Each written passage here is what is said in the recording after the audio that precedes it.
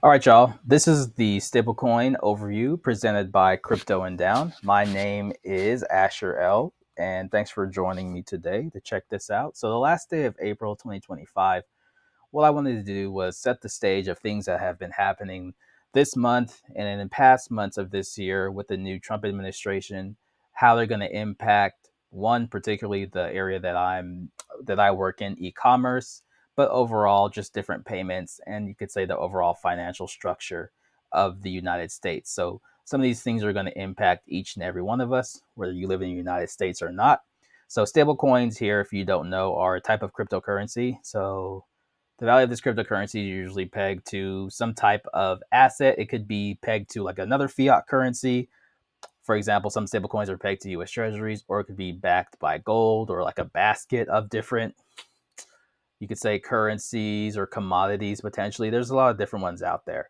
But for the purpose of this one, the most popular ones right now that are used not within the United States and also in and out are USDT, Tether, and USDC issued by Circle. Those are the two most popular. So let's jump right in here and talk about some of the innovations that are happening, the structure and framework in bills that are being worked on and passed through Congress. One is the Stable Act, which is the stable transparency and accountability for a better ledger economy. That's a whole mouthful right there. But basically, the idea of this is just to lay out a framework for how issuers of these stablecoins, just pretty much how they're going to operate and back the stablecoins that they issue. So there's another one, a bill being passed called the Genius Act as well. That's being worked on and making its way through Congress. By the time you see this, it may have come out already. But the idea between these two bills as they work their way through Congress is just to, like I said, make a framework for how issuers should manage along the lines of just making sure there's consumer protection. So, for example, if I go to Tether and they issue me a stable coin and I hand them a dollar, what are they going to do with that dollar? Are they going to go invest that dollar? Are they going to back that dollar with a US Treasury and some other asset? So, the idea here is just to make sure that one, there's going to be a certain amount of players involved in this space and rules set by how they can enter in, whether those are public entities or private entities. Public would be, for example, like a municipality, a state. For example, the state of Wyoming is going to issue their own cryptocurrency. The private entities or the banks, you can see things like Tether are already in Circle, are private entities that are issuing these stable coins. Now, just because these are the leaders right now doesn't necessarily mean they will be the leaders a year from now, but they do have a large market share. And we'll take a look at some of the trends and monitor that over time.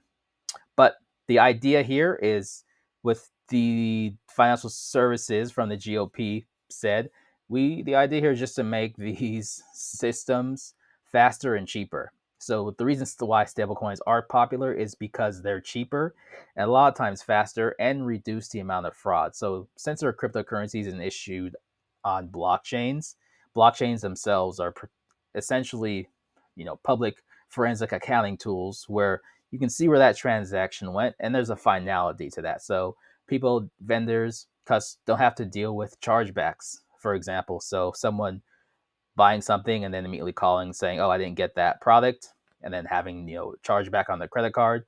With stablecoins, that is out of the equation. So there's a lot of other innovations that are going to be happening with payments, not only on e-commerce, but in all different types of sectors when it relates to that particular set of financial services and the different entities that are involved there. But for our purposes, we'll probably focus on the e-commerce side just because that's based on my experience, and hopefully with your help explore some of the others as well. So let's take a look at stablecoin volume just to get a sense of overall where do stablecoins fall. So if we look here at this chart, we can see in green that USDT makes up a big portion of the total volume.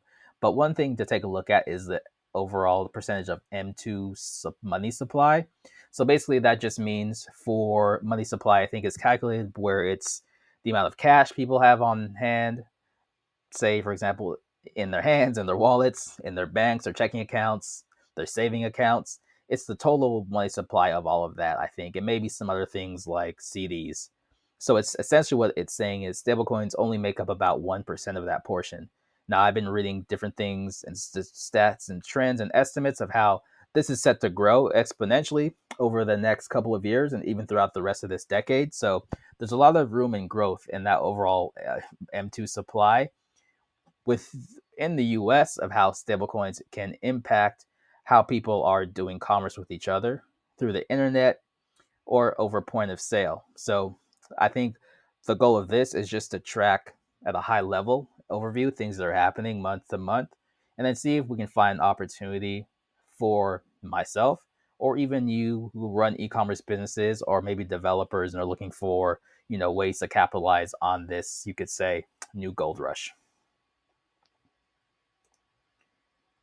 All right, let's take a look at the stablecoin market cap.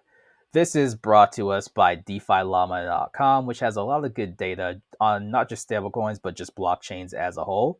So, if we wanted to say and look at cryptocurrency, but then look at the underlying layer, the blockchains that these stablecoins are issued on, we can see that most of these stablecoins are issued on Ethereum as well as Tron. So, Ethereum and Tron are two similar blockchains. I know Tron was forked off of Ethereum, so they are pretty much, for my all intents and purposes, are similar proof of stake blockchains.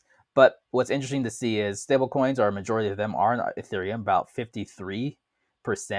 And tracking the overall market cap of stablecoins, it comes in around 232.476 billion as well. So I'm sure other blockchains will overtake this metric, but if we want to look at the major players from the stablecoins themselves down to the base layer, the blockchains which they're issued on, you can see most of them here are issued on Ethereum and Tron.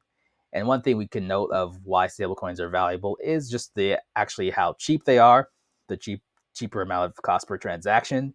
So stablecoins tend to flow towards the blockchains that have lower fees as well. Ethereum, sometimes the fees have been higher, but with the popularity, I haven't been on Ethereum recently, but I think with the popularity this year of stablecoins, we've seen those fees start to come down.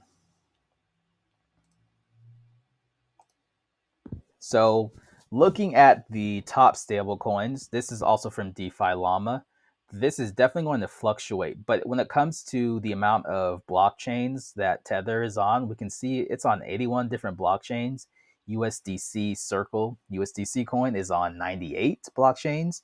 So, and there are some other players. So, DAI, you can see in that fifth position, has been around, an established player. It's more of an algorithmic stablecoin. So, most of these, I believe, are backed by U.S. Treasuries, even DAI. But I would be interested to track and see, with the newer ones, who gains more market share. What are the blockchains that we see these issued on? I have not interacted with a lot of these, but you can see down in the sixth position, BlackRock has their own stablecoin.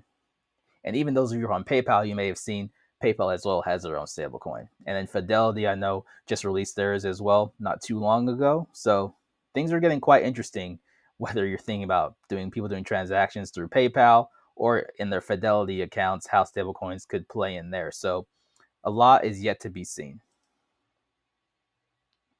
Okay, let's take a look here. Google Trends. In blue, we have USDT. Tether in red, we have USDC Circle.